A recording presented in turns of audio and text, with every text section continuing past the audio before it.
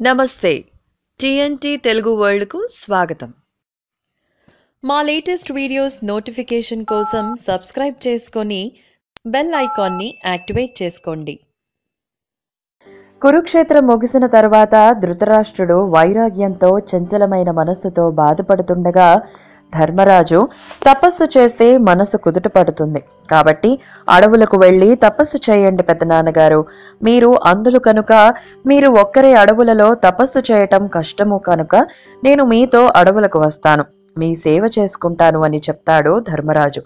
ధృతరాష్ట్రుడు ధర్మరాజు యొక్క నిర్మలతమైన మనస్సుకు ఆనందభరితుడై, కుమారా, నీవు రాజ్యాన్ని పాలించు, నేను తపస్సు చేయటానికి అడవులకు వెళ్తాను అని విదురుడు గాంధారి కుంతీలతో కురుక్షేత్రం జరిగిన ప్రదేశానికి కొన్ని మైళ్ల దూరంలో ఒక పర్ణశాల నిర్మించుకొని తపస్సును ఆరంభిస్తాడు ధృతరాష్ట్రుడు.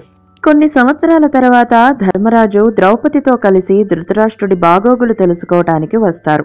తర్వాత కొన్ని రోజులు ధర్మరాజు మరియు ద్రౌపది ధృతరాష్ట్రులతో పర్ణశాలలోనే జీవించారు. ఒకరోజు ధృతరాష్ట్రుడు ధర్మరాజుతో, ఓ ధర్మరాజా, విదురుడు నాతోటి తపస్సు చేయడానికి వచ్చాడు కదా, తర్వాత కాలంలో విదురుడు ఒక అవధూతగా మారిపోయాడు. అంటే ఇతని నడవడిక ఇలా ఉంటుందని చెప్పలేము. దిగంబరుడై జుట్టు అంతా విరబోసుకొని వంటి నిండా మట్టి వేసుకొని తిరుగుతూ ఉంటాడు. అప్పుడప్పుడు అరణ్యంలోకి వెళ్ళినప్పుడు, నదికి స్నానానికి వెళ్ళినప్పుడు విదురుడు వచ్చాడు అంటారు. అప్పుడప్పుడు ఇక్కడ ఆశ్రమం దగ్గర కూడా తిరుగుతూ ఉంటాడట. ఇలా అంటుండగా విదురుడు అవధూతగా వచ్చి ఎదుట నిలబడ్డాడు. ధర్మరాజు విదురుడిని చూసి నమస్కరించి మాట్లాడబోగా విదురుడు పొదలలోకి వెళ్లిపోయాడు. ధర్మరాజు వెంబడించాడు. ఆగు ఆగు, నేను ధర్మరాజుని, నీతో మాట్లాడాలని చెప్పాడు.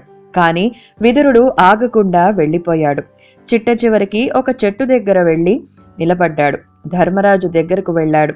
ధర్మరాజు అలా దగ్గరకు వెళ్లగానే విదురుడు తనలో ఉన్న ప్రాణమును జ్యోతి రూపంలో ధర్మరాజు యందు విలీనం చేసి కట్టెపడినట్లు పడిపోయాడు. అది చూసి ధర్మరాజు విదురుడికి ధర్మ సంస్కారాలు చేయబోగా అశరీరవాణి ఇలా చెప్పింది, విదురుడు అవధూతగా వెళ్లిపోయాడు కాబట్టి దహన సంస్కారాలు చేయకూడదు, అలా వదిలేయి అని చెప్పింది. అప్పుడు ధర్మరాజు తిరిగి పర్ణశాలకు వెళ్తాడు. తరువాత వ్యాసుడు పర్ణశాల దగ్గరకు వస్తాడు. వ్యాసుడు ధృతరాష్ట్రునితో, నీ తపస్సు ఎలా సాగుతోంది? నీ మనస్సుని దేవుడి మీద లగ్నం చేయగలుగుతున్నావా? కురుక్షేత్రంలో నీ బిడ్డలందరూ పోయారు అనే బాధను విడువు. దైవాజ్ఞ లేకుండా ఏమీ జరగదు. అంతా ధర్మస్థాపనకు జరిగింది. ఓ ధృతరాష్ట్ర, నీవు గంధర్వ మహారాజువు, ధృతరాష్ట్రుడిగా జన్మించావు.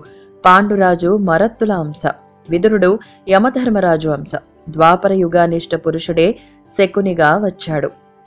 కలిపురుషుడు దుర్యోధనుడిగా వచ్చాడు. వాయువు భీముడిగా, అశ్విని దేవతలు నకుల సహదేవులుగా, ఇంద్రుడు అర్జునుడిగా, సూర్యుడు కర్ణుడిగా, చంద్రుడు అభిమన్యుడిగా వచ్చారు.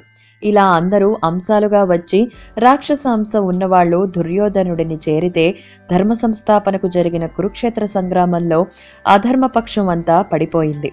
కాబట్టి ఈ ధర్మం తెలుసుకునవయ్యా అని నీకేదైనా వరం ఇస్తాను, కోరుకో అని అన్నాడు. అప్పుడు ధృతరాష్ట్రుడు, నాకు ఏ వరాలు వద్దు, మీ వంటి మహానుభావుడు నన్ను చూడటానికి రావటమే గొప్ప వరం అన్నాడు. అప్పుడు వ్యాసుడు, నీ మనస్సులో మార్పు వచ్చింది, నేను నీకు వరం ఇవ్వాలనుకుంటున్నాను, కోరుకో అన్నాడు. అప్పుడు ధృతరాష్ట్రుడు, చనిపోయిన నా కుమారుడు దుర్యోధనుడు, మిగిలిన 99 కుమారులు, భీష్ముడు, ద్రోణాచార్యుడు అందరూ ఏ లోకాల్లో ఉన్నారో తెలుసుకోవాలని ఉంది అని అడిగాడు. అప్పుడు వ్యాసుడు గాంధారి వైపు చూడగా గాంధారి, నాకు కూడా తెలుసుకోవాలని ఉంది అని చెబుతుంది.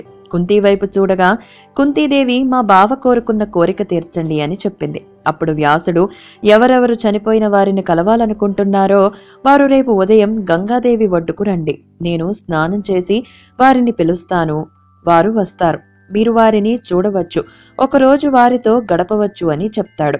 మహాభారతంలోనే గొప్ప ఘట్టం ఇది. చనిపోయిన వారు వారి వారి కర్మలను బట్టి వేరువేరు లోకాలలో మరలా జన్మిస్తారు అనే సనాతన ధర్మాన్ని తెలిపాడు వ్యాసుడు. మరుసటి రోజు ఉదయాన్నే ధృతరాష్ట్రుడు, గాంధారి, కుంతి, ధర్మరాజు, ద్రౌపదులతో పాటు కురుక్షేత్రంలో భర్తలను పోగొట్టుకున్న స్త్రీలందరూ వచ్చారు. అందరూ స్నానం చేసి నుంచున్నారు. వ్యాసుడు ఈ రోజు కాదు, రేపు చూపిస్తాను అన్నాడు. అందరూ రేపటి కోసం యుగంలాగా వేచి చూశారు. ఉదయాన్నే అందరూ వచ్చి స్నానం చేసి వేచి చూస్తున్నారు. వ్యాసుడు స్నానం చేసి సంకల్పం చెప్పి కురుక్షేత్రంలో చనిపోయిన వారిని పిలిపిస్తాడు. అందరూ యుద్ధంలో చనిపోయారు కాబట్టి వారందరూ స్వర్గం నుండి నవ్వుతూ కలిసిమెలిసి వస్తారు. వారు భూమి మీద ఉన్నన్నాళ్లు కొట్టుకున్నారు, కాని వారందరూ కలిసి రావటం చూసి అందరూ ఆశ్చర్యపోయారు. అవి మనుష్యుల శరీరం కాదు. ఇది అనితర సాధ్యమైన విషయం. కర్ణుడిని చూసి కుంతి, గాంధారి దుర్యోధనుడిని చూసి, వ్యాసుడు ఇచ్చిన దైవ దృష్టితో ధృతరాష్ట్రుడు దుర్యోధనుడిని చూసి పొంగిపోయారు. అంతేకాకుండా వ్యాసుడు ఎవరైతే వారి భర్తలతో వెళ్లిపోదామనుకుంటే గంగలో స్నానం చేసి మీ శరీరాలని వదిలి వారితో వెళ్లిపోవచ్చు అని గొప్ప అవకాశం ఇచ్చాడు. వ్యాసుడు ధృతరాష్ట్రుడితో, చూశావా సనాతన ధర్మం ఎంత గొప్పదో? ఒక వయసు వచ్చాక తపస్సు చేసి శరీరాన్ని వదలటం ఎంత ముఖ్యమో చూశావా? నెల రోజులు అయింది. ధర్మరాజు ఇంకా నీ దగ్గర ఉండాలా? వద్దు, నాకు ఏకాంతం కావాలి. భగవంతుడిని ధ్యానం చేయాలి. పిల్లల్లారా వెళ్ళిపోండి అని అన్నాడు ధృతరాష్ట్రుడు.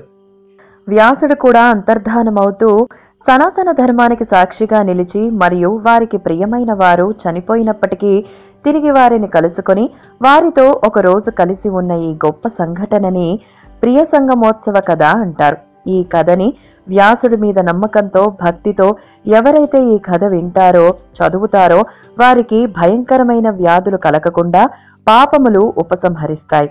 భవిష్యత్తు కాలంలో దుర్గతిని పొందకుండా దేవతల అనుగ్రహం కలిగి ఉంటారు అని అంతర్ధానమయ్యాడు వ్యాసుడు. ఇలాంటి వీడియోస్ కోసం మా ఛానల్ని సబ్స్క్రైబ్ చేసుకోండి. మా వీడియోస్ కనుక నచ్చినట్లయితే లైక్ అండ్ షేర్ చేయండి. ధన్యవాదములు.